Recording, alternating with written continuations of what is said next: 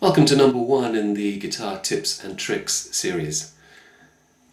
Today we're going to look at variations on an A7 chord. We're going to use the standard A7 shape of the 4th string, 2nd fret, 2nd string, 2nd fret. And we're going to look at ways in which you can expand on the use of that chord by shifting this shape around the neck. It's going to be very useful for periods where you've got an extended A7 chord. You don't just have to sit in this one shape. Here's what else you can do. You can also bring this exact shape up to the 5th fret. We won't worry about naming these chords. You can name them, of course. Some of them are straight A7s as well. Others are slightly more jazzy variations, but they all work as substitutes for A7. Same shape at the 7th fret, and even at the 12th fret. So imagine you're playing in the key of D, say, and you've got a long period of D followed by a long period of A7.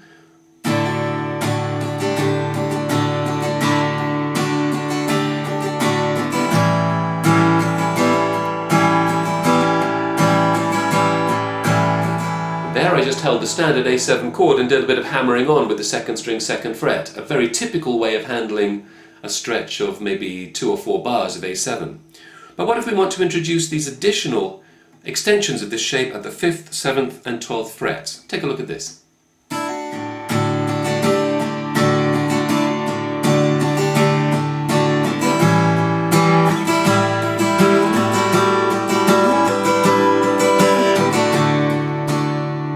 So I just took 1 bar of each shape. 2nd fret, 5th, 7th, 12th and back to D. And you can hear that it didn't change the harmony of an A7 chord. It still was outlining an A7 chord, but with much more interest. Now there's one other idea that we can extend that even further with. If you're happy to slightly vary the shape, we've got a couple of other positions as well we can play here.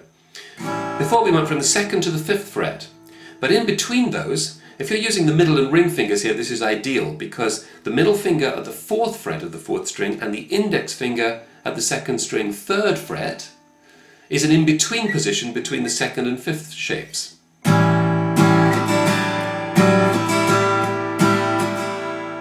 If you know Supertramp's Give a Little Bit, you might even recognize that figure immediately.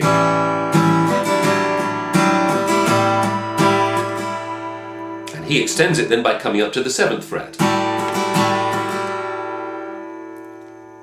So with that one additional shape, you've got a climb up that covers all the spaces.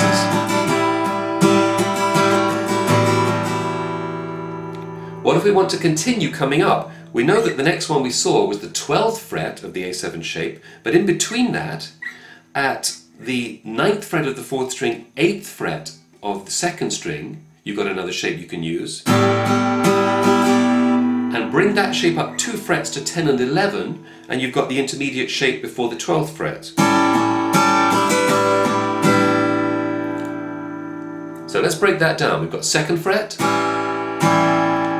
3rd and 4th fret, 5th, 7th, 8th and 9th, 10th and 11th, and 12th. Now you've really got something you can experiment with, because of course you don't have to use those in order, you can move around between them.